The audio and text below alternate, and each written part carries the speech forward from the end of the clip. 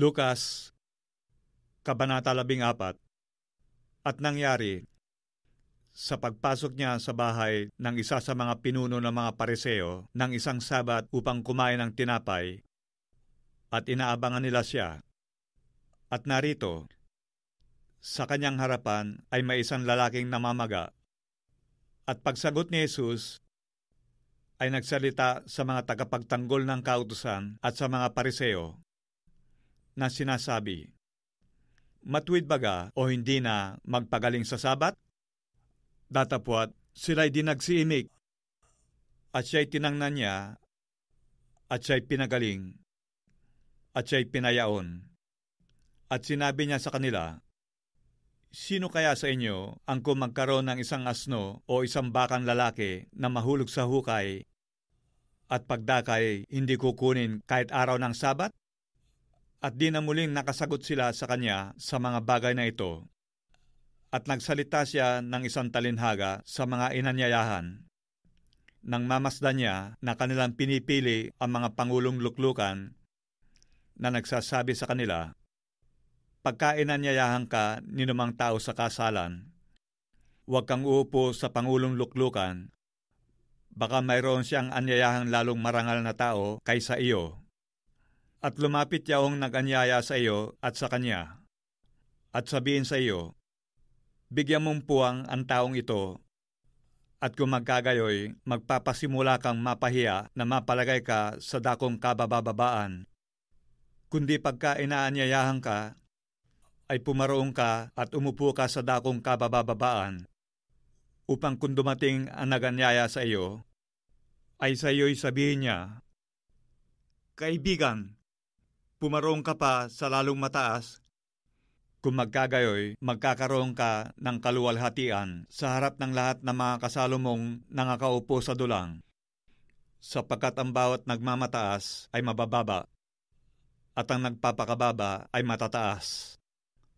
At sinabi rin naman niya sa nag-anyaya sa kanya, "Pagka naghahanda ka ng isang tanghalian o ng isang hapunan, ay huwag mong tawagin ang iyong mga kaibigan, ni ang iyong mga kapatid, ni ang iyong mga kamag-anak, ni ang mayayamang kapitbahay, baka kanilang muling anyayahan, at gantihan ka. Datapwat, kung maghahanda ka, ay anyayahan mo ang mga dukha, ang mga pingkaw, ang mga pilay, ang mga bulag, at magiging mapalad ka, sapagkat wala silang sukat ikaganti sa iyo, sapagkat gagantiin sa iyo sa pagkabuhay na maguli ng mga ganap." At nang marinig ito ng isa sa mga nakaupong kasalo niya sa dulang, ay sinabi sa kanya, "Mapalad ang kakain ng tinapay sa kaharian ng Diyos." Datapwat, sinabi niya sa kanya, "May isa naghanda ng isang malaking hapunan, at marami siyang inanyayahan.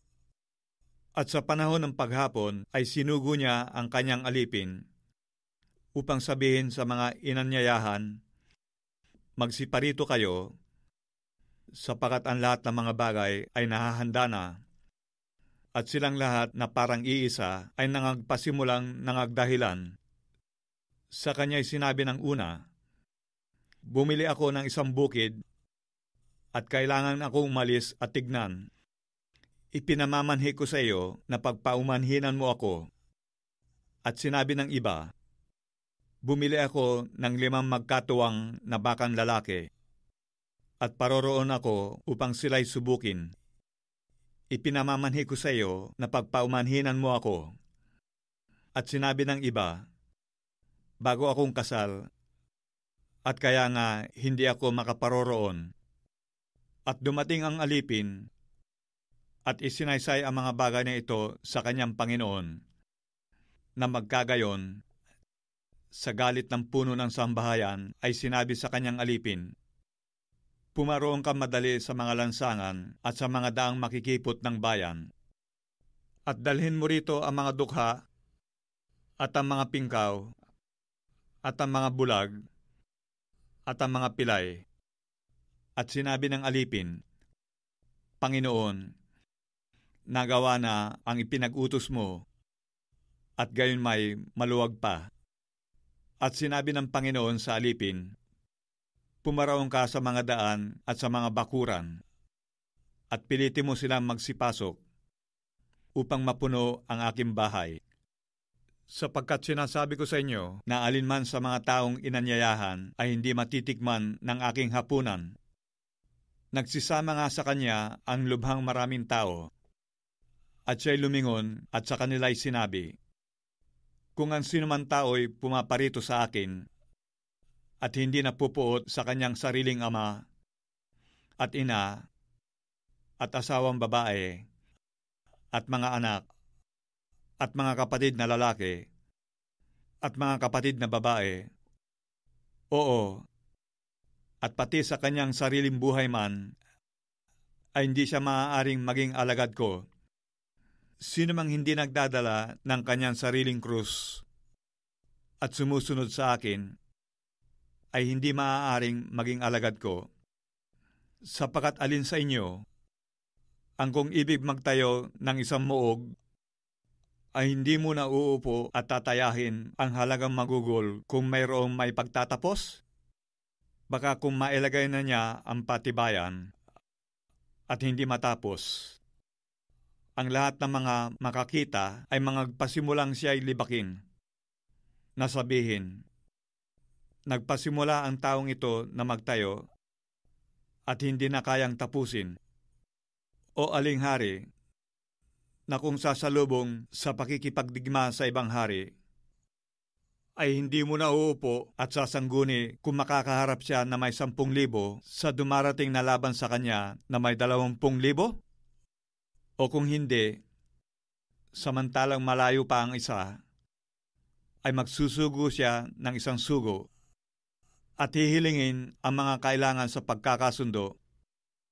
Kaya nga sino man sa inyo na hindi tumanggi sa lahat niyang tinatangkilik, ay di maaaring maging alagad ko. Mabuti nga ang asin. Datapwat, kung ang asin ay tumabang, ay ano ang ipagpapaalat? Walang kabuluhang maging sa lupa kahit sa tapunan man ng dumi, itinatapon sa labas. Ang may mga pakinig upang ipakinig ay makinig.